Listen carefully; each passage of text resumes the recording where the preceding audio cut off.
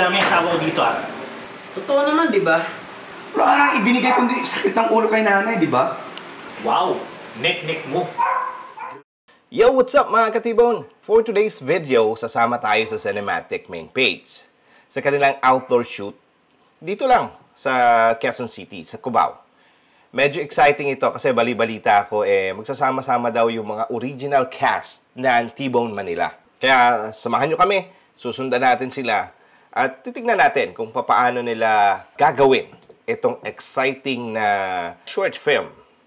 Para nga pala sa mga hindi nakakaalam, sa ating mga Katibon family, sila ang mga nabuong cast o artist nang nagsimula ang T-Bone dito sa Pilipinas. Gosh!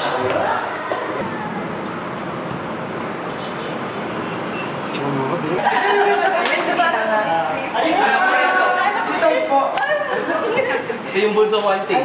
Saan si G? G! Nasa G!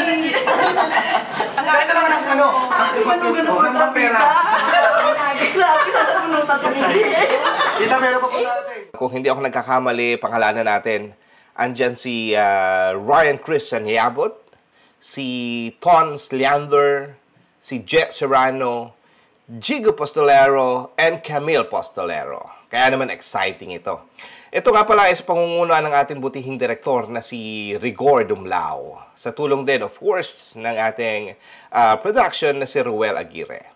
At huwag nating kalilimutan ang casting creator na si Miji Manuel na mas kilala bilang Miji Vibes. Alright, so samahan nyo kami at panoorin natin ang kanilang behind the scene. There you go. Ready? Rolling! Rolling! Rolling! 3, 2, 1, action! Oras na. Ano? Kuya, bunso. Dagang ba si kuya? Ano, kahit kailan talaga no? Wait lang natin si Kuya Jigo, Kuya, please.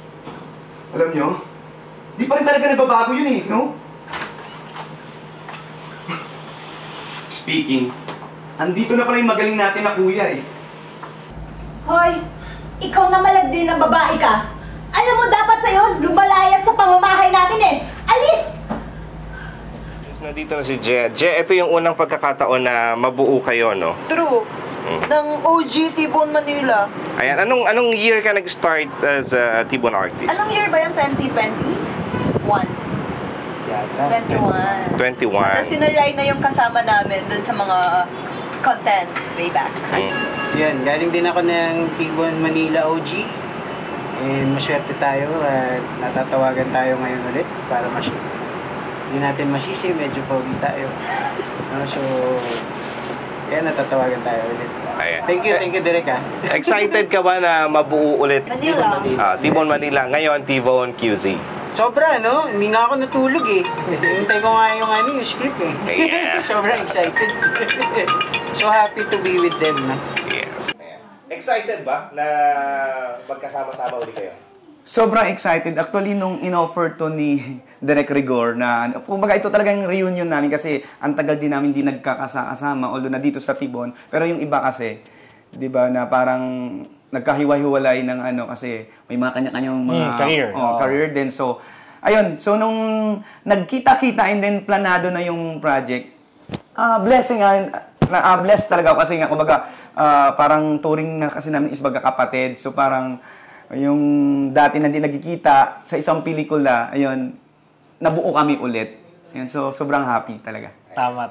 So, ayun guys, nais din namin kayong imbitahan na panoorin po ang aming short film, ayan, sa T-Bone Manila and then Cinematic, ayan po, sana suportahan po natin, ayan. Marami po tayong mapupulot na aral dito dahil yung content namin is about sa family, ayan. So, abangan yun, din namin pwedeng spoil kasi. Sakto lang naman na magpapasko. So, talagang dapat pakatutukan. Siyempre, pagka napanood nyo na, like and share po, Cinematic by T-Bone. Abangan nyo na doon.